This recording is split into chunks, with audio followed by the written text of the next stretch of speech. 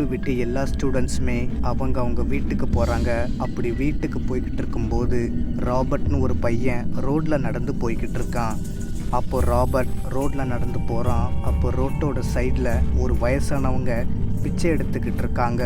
அதை பார்த்த ராபர்ட் அவன் பேக்கில் இருந்து $100 நோட்டை எடுத்து அந்த வயசான பிச்சைக்காரங்க கிட்ட கொடுக்குறான்.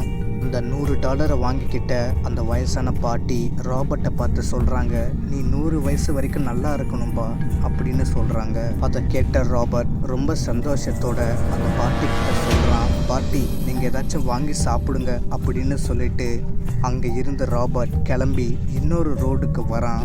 அப்போது அந்த ரோட்டில் நடந்து போய்கிட்டு இருக்கான். அப்போது ராபர்ட் லெஃப்ட் சைடில் பார்க்குறான், ஒரு பில்டிங்கை இடிச்சுக்கிட்டு இருக்காங்க. அந்த பில்டிங் மர்டர் சாப்டர் 1ல் இருந்த அதே பில்டிங்கை தான் இந்த இன்ஜினியர்ஸ் இடிச்சுக்கிட்டு இருக்காங்க. அதை பார்த்த ராபர்ட் அந்த பில்டிங் கிராஸ் ஆகிட்டு சிரிச்சுக்கிட்டே சொல்கிறான், அப்பாடி இனிமேல் நம்ம இந்த ரோட்டில் ஜாலியாக நடந்து போகலாம், தொல்லை ஒளிஞ்சுது. அந்த வீட்டு பக்கம் கிராஸ் ஆகி போகும்போது பயந்து போக வேண்டியதாக இருக்குது, இனிமே அந்த கஷ்டம் இல்லைன்னு சொல்லிட்டு ராபர்ட் பாட்டுக்கு ரோட்டில் நடந்து போய்கிட்டு இருக்கான். அப்படி ராபர்ட் ரோட்டில் நடந்து போய்கிட்டு இருக்கும்போது ராபர்ட் பின்னாடி யாரோ ஃபாலோ பண்ணுற மாதிரி ராபர்ட்க்கு ஃபீல் ஆகுது. அப்போ ராபர்ட் சொல்கிறான், ஐயோ யாரோ நம்மளை ஃபாலோ பண்ணிட்டு இருக்காங்களே, ஒருவேளை அந்த வீட்டை பற்றி சொன்னதும் அந்த வீட்டு பேய் தான் நம்மளை ஃபாலோ பண்ணிட்டு வருதோ அப்படின்னு சொல்லிட்டு ராபர்ட் ரொம்ப பயத்தோட ரோட்டில் நடந்து போய்கிட்டு இருக்கான். அப்போ ராபர்ட் ஷோல்டரில் யாரோ கை வைக்கிறாங்க. அப்போ ராபர்ட் அப்படியே நின்றுறான்.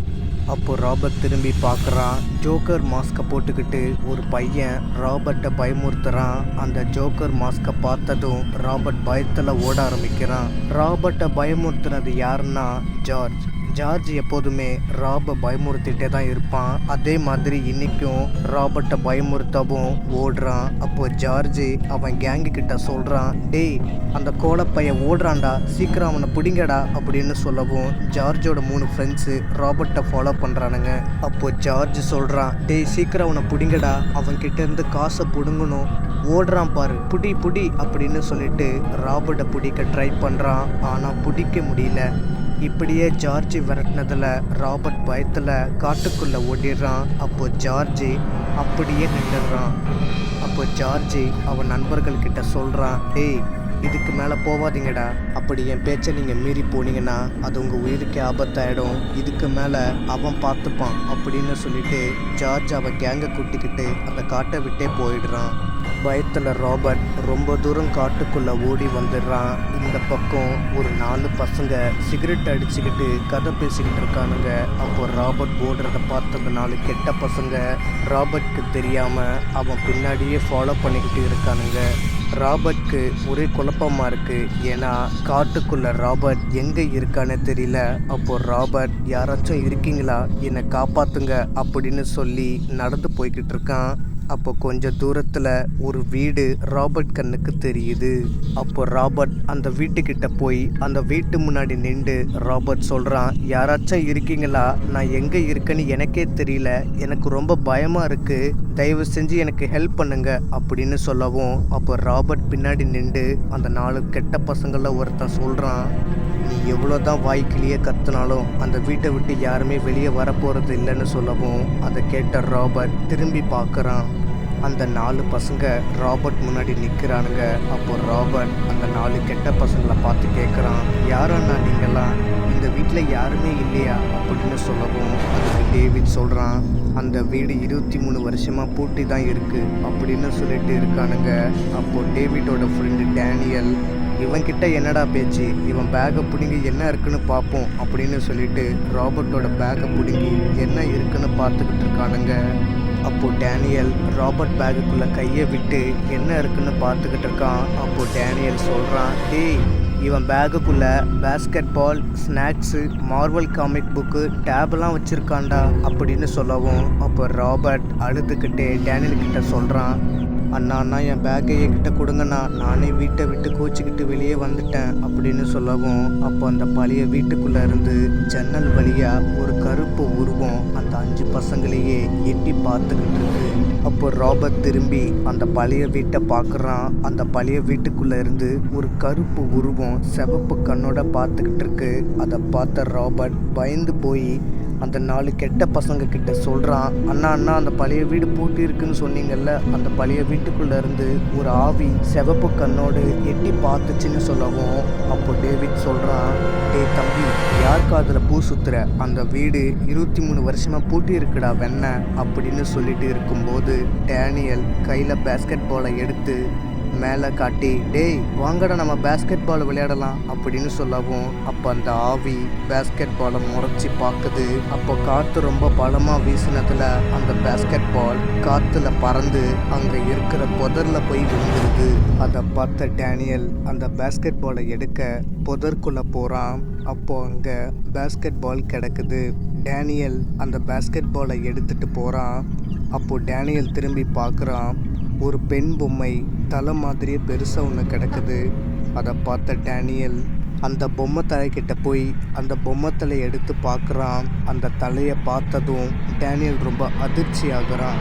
ஏன்னா டேனியல் கையில் வச்சிருக்கிற அந்த பொம்மையோட தலை கண்ணிலிருந்து ரத்தமாக ஊற்றிக்கிட்டு இருக்கு. டேனியல் கையில் வச்சிருக்கிற அந்த பொம்மையோட தலை சொல்லுது, இங்கேருந்து போயிடு. அதை கேட்ட டேனியல் பயத்தில் கத்த ஆரம்பிக்கிறான். அப்போ டேவிட் அவனோட இன்னொரு ஃப்ரெண்டு 2 பேர் டேனியல் கத்துறதை கேட்ட உடனே ஓடி வந்து பார்க்குறாங்க. அப்போ அவனோட ஃப்ரெண்ட்ஸ் 3 பேருமே அதிர்ச்சி ஆகுறானுங்க. ஏன்னா டேனியலோட கண்ணை ஒரு பெண்ணு கத்தியால் குத்திக்கிட்டு இருக்கா. அப்படி குத்திக்கிட்டே டேவிடை பார்த்து அந்த சைக்கோ கேர்ள் சிரிக்கிறா. அதை பார்த்து பயந்து போன எல்லா பசங்களுமே பயத்தில் ஓட ஆரம்பிக்கிறானுங்க. அப்படி ஓடிக்கிட்டு இருக்கும்போது டேவிடோட ஃப்ரெண்டு ஓடிக்கிட்டு இருக்கான். அப்போ அந்த சைக்கோ கேர்ள் குறுக்க வந்து டேவிடோட ஃப்ரெண்டோட கழுத்தில் குத்திட்டு அந்த சைக்கோ கேர்ள் சொல்கிறா,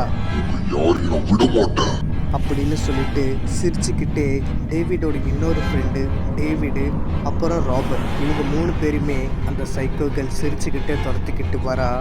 அப்போ டேவிட் ஓடிக்கிட்டே திரும்பி பார்க்குறான். அந்த சைக்கோ கேர்ள் அங்கே இல்லை. அவன் சாகடிச்சு அவனோட ஃப்ரெண்டும் அங்கே இல்லை. அப்போ டேவிடும் அவனோட ஃப்ரெண்டும் ராபர்ட்டும் நின்று சுற்றி முற்றி பார்த்துக்கிட்டு இருக்காங்க. அப்போ ஒரு ஆலமரம் டேவிடோட ஃப்ரெண்டை காலை பிடிச்சி காட்டுக்குள்ளே தரன்னு இழுத்துட்டு போயிடுது. அப்போ டேவிடும் ராபர்ட்டும் மறுபடியும் ஓட ஆரம்பிக்கிறாங்க. அப்படி அவங்க ஓடிக்கிட்டு இருக்கிற வழியில் ராபர்ட் முடியாமல் களைப்பில் நின்றுறான்.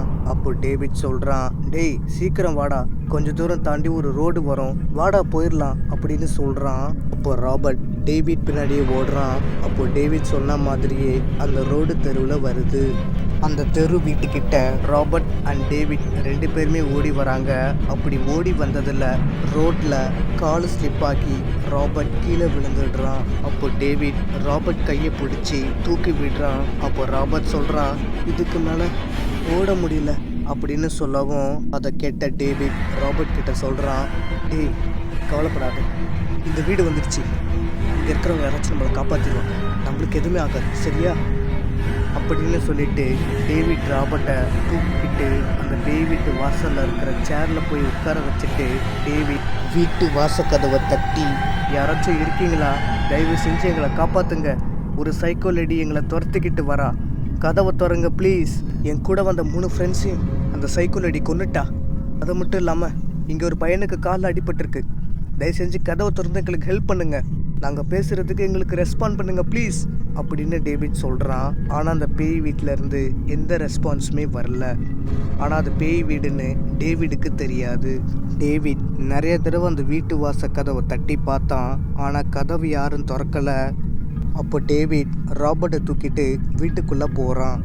அப்போ டேவிட் வீட்டுக்குள்ளே போனதும் அந்த பேய் வீடு கதவு தானாக சாத்திருச்சு. அப்போ டேவிட் அந்த வீட்டை பார்க்குறான். அந்த வீடு ரொம்ப தூசியாகவும் பழமையாகவும் இருக்குது. அப்போ டேவிட் ராபர்ட்டை சோஃபாவில் உட்கார வச்சுட்டு, யாராச்சும் வீட்டுக்குள்ளே இருக்கீங்களா அப்படின்னு டேவிட் கேட்குறான். ஆனால் எந்த ரெஸ்பான்ஸுமே இல்லை.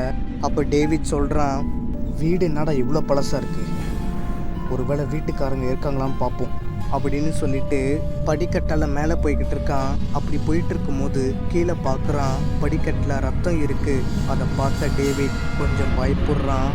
அப்படி பயந்துக்கிட்டே மறுபடியும் டேவிட் படிக்கட்டில் நடந்து மேலே வந்துடுறான். அப்போ லெஃப்ட் சைடில் ஒரு கருப்பு உருவம் நிற்கிது. அதை பார்த்த டேவிட் அப்படியே அந்த கருப்பு உருவத்தையே பார்த்துக்கிட்டு இருக்கான். அப்போ டேவிட்டோட ஷோல்டரில் யாரோ கை வைக்கிறாங்க. பயந்து போன டேவிட் திரும்பி பார்க்குறான். அப்போ ஒரு பொண்ணு ஆக்டோபஸ் நாக்கால டேவிட் கழுத்தை பிடிச்சி நெருக்கிறா. வழியில் துடிச்சிட்டு இருந்த டேவிட்டை அந்த பொண்ணு மாடிப்படியிலேருந்து தூக்கி போட்டுடுறா. அப்படி தூக்கி வீசப்பட்டதில் டேவிட் செத்து போயிடுறான். அப்போ டேவிட் காதுலேருந்து ரத்தம் ஊற்றுது. அப்போ அலெக்ஸ் பயத்தில் தூக்கத்திலேருந்து எந்திரிச்சிடுறான். அலெக்ஸோட ஒய்ஃபு காஃபி கொண்டு வரா. அலெக்ஸ் அந்த காஃபியை வாங்கி குடிச்சிக்கிட்டு இருக்கான். அப்போ அலெக்ஸோட ஒய்ஃப் பெட்டில் வந்து உக்காந்து அலெக்ஸ் கிட்ட சொல்கிறா, அலெக்ஸ், அம்மா அப்பா பார்த்து ரொம்ப நாள் ஆச்சு. அவங்கள பார்க்க நம்ம 2 பேரும் சேர்ந்து போவோம் அப்படின்னு சொல்லவும் அதுக்கு அலெக்ஸ் சொல்கிறான், கண்டிப்பாக நம்ம அவங்கள பார்க்க போகலாம். ஏன்னா நீ அவங்கள பார்த்து ரொம்ப நாள் ஆச்சு. நீ ஈவினிங் ரெடியாரி நம்ம 2 பேரும் சேர்ந்து உன்னோட அப்பா அம்மா பார்த்துட்டு வந்துடலாம் அப்படின்னு சொல்லிக்கிட்டு இருக்கான். அப்போ டிவி நியூஸில் ஒரு பையன் அடர்ந்த காட்டுப்பகுதிக்குள்ளே மர்மமான முறையில் கொலை செய்யப்பட்டிருக்கான். எந்த தடையுமே கிடைக்கல. போலீஸ் எல்லாரும் விசாரணை பண்ணிட்டு இருக்காங்க அப்படின்னு சொல்லிக்கிட்டு இருக்காங்க. அதை கேட்ட அலெக்ஸ் அந்த டிவி நியூஸே பார்த்துக்கிட்டு இருக்கான். அப்போ அலெக்ஸ் அவனுக்குள்ளே சொல்லிக்கிறான், இந்த பையன் நம்ம கனவுல வந்தவனாச்சு. இவன் எப்படி இங்கே செத்து கிடக்கிறான்? மொத்தம் 2 பசங்களாச்சு. அதில் ஒருத்த மட்டும் தான் செத்து கிடக்கிறான். அப்போ இன்னொரு பையனுக்கு என்ன ஆயிருக்கும்? ஒருவேளை எனக்கு கனவுல நடக்கிற சம்பவம் எல்லாமே உண்மையாகவே நடக்குது போலயே.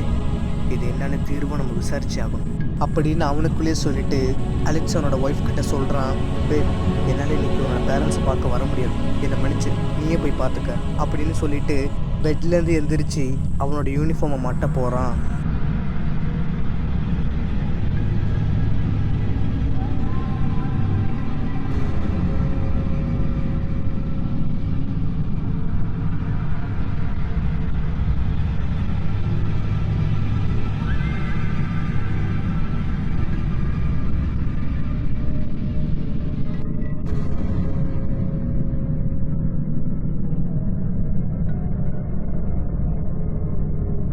அலெக்ஸ் பைக்கில் வரான். அப்போ போலீஸ் ஆஃபீஸர் மீடியாக்காரங்க கிட்ட பதில் சொல்லிட்டு இருக்காரு.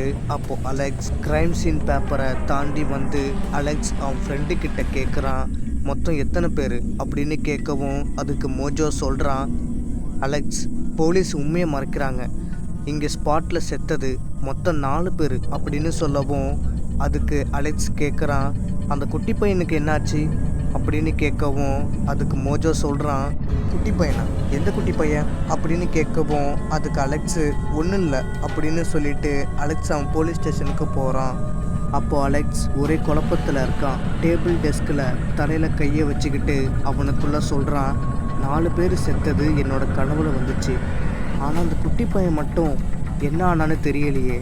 ஒருவேளை அந்த குட்டி பையன் யாருக்கும் தெரியாமல் அந்த பேய் வீட்டுக்குள்ளே ஒழிஞ்சிக்கிட்டு இருக்கானோ அப்படின்னு சொல்லிட்டு யோசிச்சுக்கிட்டு இருக்கான். அப்போ அலெக்ஸுக்கு ஃபோன் வருது. அந்த ஃபோன் கால் அட்டன் பண்ணி சொல்லுமா அப்படின்னு பேசிக்கிட்டு இருக்கான். அப்போ அலெக்ஸ் ரொம்ப சந்தோஷமாகறான். ஒரு ஸ்கூல் இருக்கு. அந்த ஸ்கூலில் ஒரு கிளாஸ் சார் இருக்காரு. அவரோட பேர் அசார். ஆமாம், மர்டர் 1ல் பார்த்த அதே அசார் தான் இப்போ கொலம்போ ஸ்ரீலங்காவில் இருக்கான். அசார் கிளாஸில் பாடம் நடத்திட்டு இருக்கான். அப்போது ஒரு குட்டி பையன் அசார் கிட்ட டவுட் கேட்குறான். அசாரும் அந்த குட்டி பையன்கிட்ட டவுட்டுக்கு ஆன்சர் பண்ணுறான். அப்போ பெஞ்சில் ஒரு பையன் அசாரை பார்த்துக்கிட்டே சிரிச்சுக்கிட்டு இருக்கான். அதை பார்த்த அசார் லாஸ்ட்டு பெஞ்சுக்கு போய் பார்க்குறான். அங்கே அந்த குட்டி பையன் இல்லை. அப்போ இன்னொரு குட்டி பையன் சொல்கிறான் அசாரை பார்த்து, சார் யுவாஸுக்கு ஃபீவர், அதனால தான் இன்றைக்கி ஸ்கூலுக்கு வரல அப்படின்னு சொல்லவும் அதை கேட்ட அசார் கொஞ்சம் அதிர்ச்சி ஆகுறான். அப்போது அசார் அந்த குட்டி பையன்கிட்ட சொல்கிறான், ஓ அவன் இன்னைக்கு வரலையா? இப்போ நான் பார்த்தது யார்? ஒருவேளை மனப்பிரந்தியா இருக்கும். ஈவினிங் ஸ்கூலு விட்ட பிறகு அசார் ஒரு சின்ன பையன்கிட்ட சொல்கிறான், நாளைக்கு மறக்காமல் அம்மா இல்லைன்னா அப்பா கிட்ட டெஸ்ட் நோட்டில் சைன் வாங்கிட்டு வரணும், சரியா? பார்த்துப்போ அப்படின்னு சொல்லிட்டு அசார் காருக்கிட்ட போய் காரோட கதவை திறக்கிறதுக்காக சாவி எடுக்கிறான். அப்போ சாவி தெரியாம காருக்கும் கீழே போய் விழுந்துருது. அப்போ அசார் சாவியை எடுக்க கீழே கையை வைக்கிறான். அப்போ அசார் கையை ஒரு கை பிடிச்சி இழுக்குது. அப்போ அசார் சொல்கிறான், என்னை விடு என்னை விடு அப்படின்னு சொல்கிறான். ஆனால் அசாரோட கையை அந்த கை விடவே இல்லை. அப்போ அசார் சொல்கிறான், அல்ல அந்த ஷைத்தான் கிட்டது என்னை காப்பாத்து அப்படின்னு சொல்லி ஊதுறான். அப்போ அந்த பேயோட கை புசுங்கி போகுது. அசார் கார் கீயை எடுத்துக்கிட்டு காரை ஸ்டார்ட் பண்ணிட்டு போகிறான்.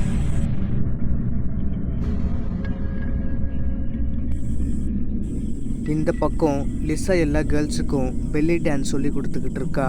அப்போ எல்லா கேர்ள்ஸும் பெல்லி டான்ஸ் ஆடி முடிச்சிடுறாங்க. அப்போ லிசா சொல்கிறா, ஓகே இது போதும், மீண்டும் எல்லாரும் நாளைக்கு கரெக்டாக டான்ஸ் கிளாஸுக்கு வந்துடுங்க அப்படின்னு சொல்கிறா. அப்போ எல்லா கேர்ள்ஸும் டான்ஸ் கிளாஸை விட்டு வெளில போகிறாங்க. அவள் ஹேண்ட்பேக் எடுத்துக்கிட்டு போய்கிட்டு இருக்கா. அப்போ லிசாவுக்கு ஃபோன் வருது. லிசா ஃபோன் பேசிக்கிட்டு நடந்து போய்கிட்டு இருக்கா. அப்போ லிசா ஒரு கருப்பு உருவத்தை கிராஸ் ஆகி போகிறா.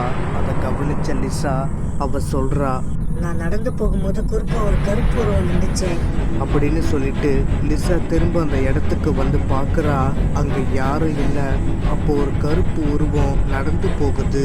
அதை பார்த்த லிசா அந்த கருப்பு உருவத்தை பார்த்து, யார் அது கேட்குறேன்னா யார் அது, வாயில் என்ன கொல்கட்டையை வச்சிருக்கீங்க அப்படின்னு கேட்கவும் லிசா கையில் ஒரு டாட் வாட்டர் விழுகுது. லிசா அவ கையை பார்க்குறா. அவ கையில் ரத்தம் இருக்கு. அதை பார்த்த லிசா பயந்துக்கிட்டே மேலே பார்க்குறா. அப்போ ஒரு பெண் உருவம் ரொம்ப பயங்கரமாக வந்து மேலே இருந்து கீழே பறந்து வந்து லிசாவை பயமுறுத்துது. லிசாவும் பயந்து கீழே விழுந்துடுறா. லிசா எழுந்திருச்சு பயத்தில் ஓட ஆரம்பிக்கிறா. அப்போ அந்த சைக்கோ கேர்ள் லிசாவை துரத்திக்கிட்டு வரா. அப்போ அந்த சைக்கோ கேர்ள் சொல்கிறா அப்படின்னு சொல்கிறா. அப்போ லிசா ஓடி போய் டான்ஸ் கிளாஸோட மெயின் டோரை திறக்க ட்ரை பண்ணுறா. ஆனால் திறக்க முடியல. அப்போ லிசா சொல்கிறா, என்னை காப்பாத்துங்க, கதவை யார் பூட்டி வச்சுங்க, தயவு செஞ்சு கதவை திறங்க ப்ளீஸ், கதவை திறங்க அப்படின்னு கத்துறா. ஆனால் எந்த ரெஸ்பான்ஸுமே இல்லை. அப்போ அந்த சைக்கோ கேர்ள் சொல்கிறா அப்படின்னு சொல்லவும் லிசா பயத்தில் திரும்பி பார்க்குறா.